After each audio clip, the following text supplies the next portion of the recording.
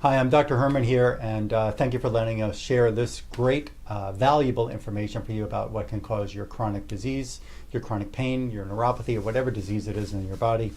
This is Mr. Andrew Zacco, who's here with me from, he's here in my office in South Florida from Denver, Colorado. And you came to me for, your main symptom was neuropathy. That's correct. And it's in just your legs or your arms and your legs? Arms, legs, sometimes in the thighs, in the arms, in the face jaw, a little bit, inside my lips, in my ears. Okay. Kind of all over. In the feet as well? In the feet as well. And in different ranges of pains. It can be like a numbness, or it can be a tingling, and then when I get sick, definitely like a stinging knife, needles kind of pain. Okay.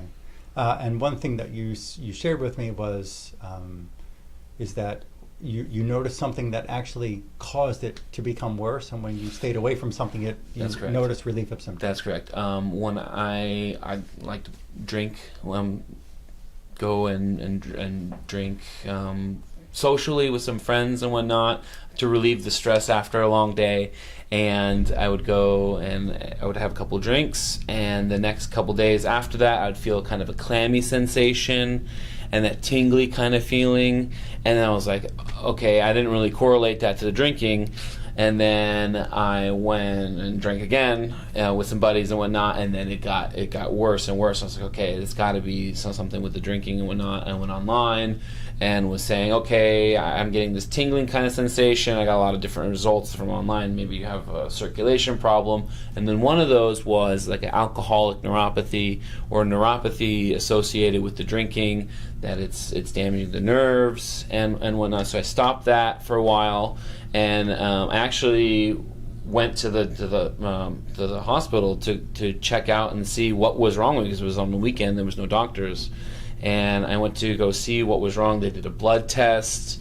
They did some tests on my nerves and my reflexes, and they came back and they said, okay, your blood test was fine, your sugar levels are good, you're not diabetic.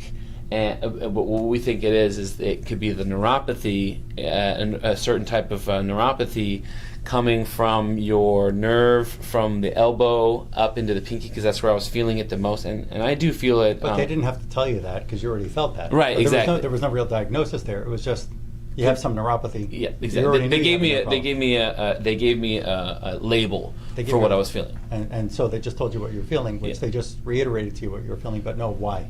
There's no why.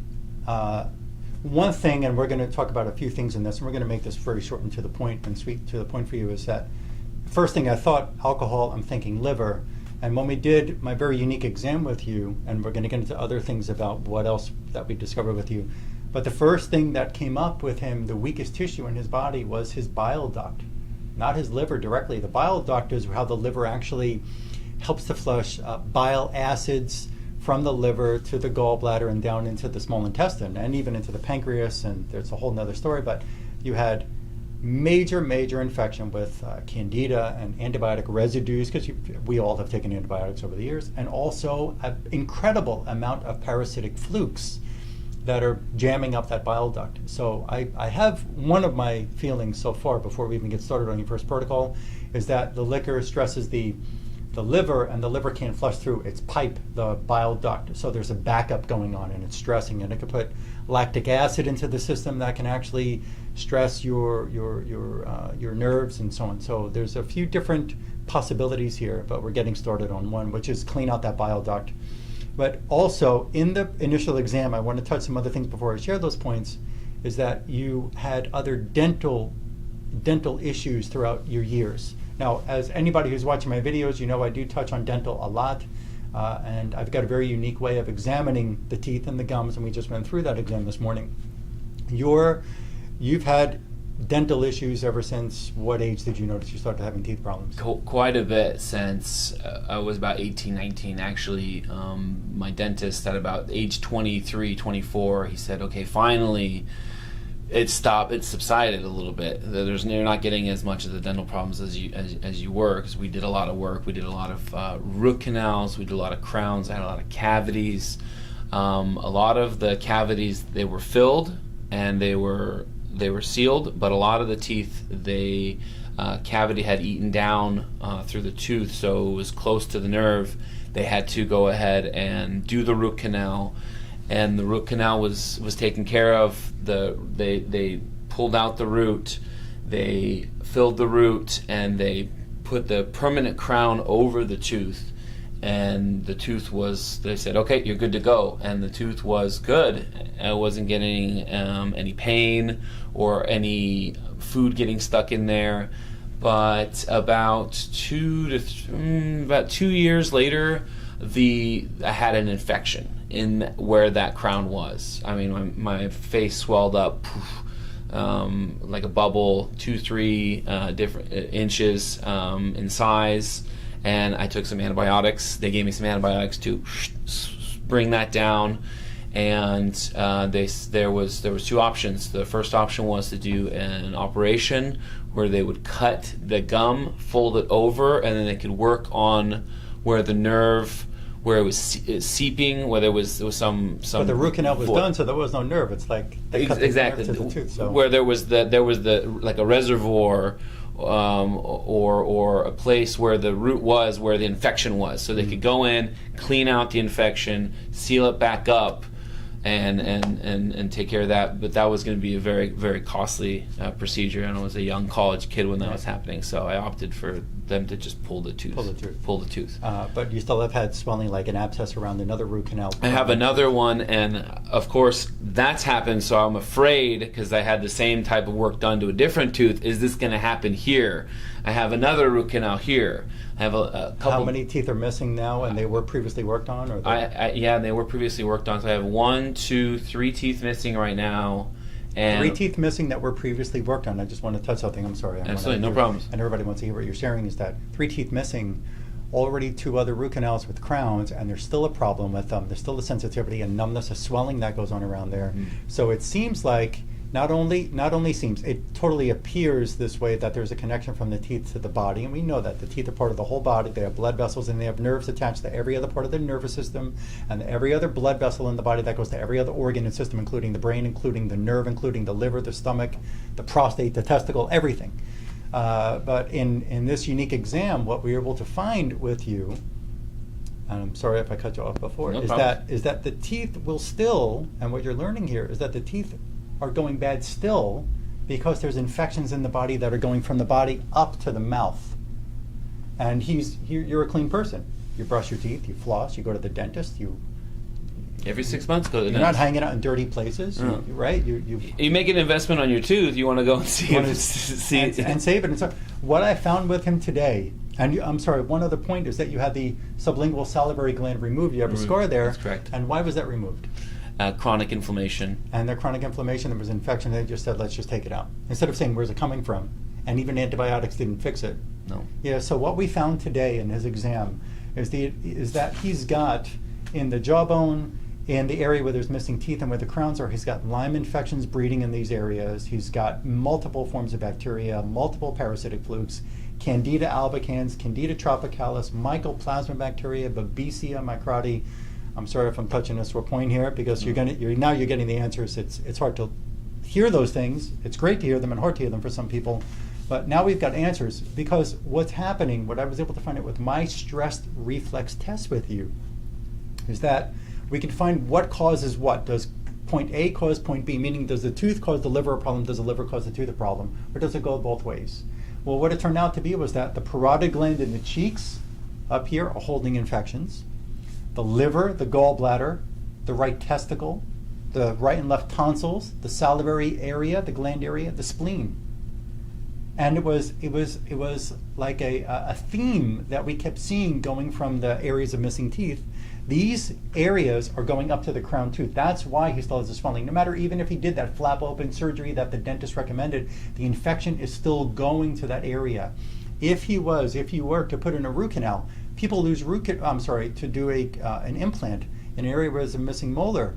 People still have lost those root canals because the jawbone is not stable, because there's infection from organs going up through the nervous system and the blood vessel, one or the other or both, into the area of the jaw, and it eats away at the jaw. So it's better that you didn't invest all those thousands yet, if you want to in the future. But we also found something very unique with him, is that we're able to find where it all starts in the body. And it turned out that we also have in him the salivary gland is showing from the stomach, and the stomach has the infection that's coming up from his reproductive system going up into the body.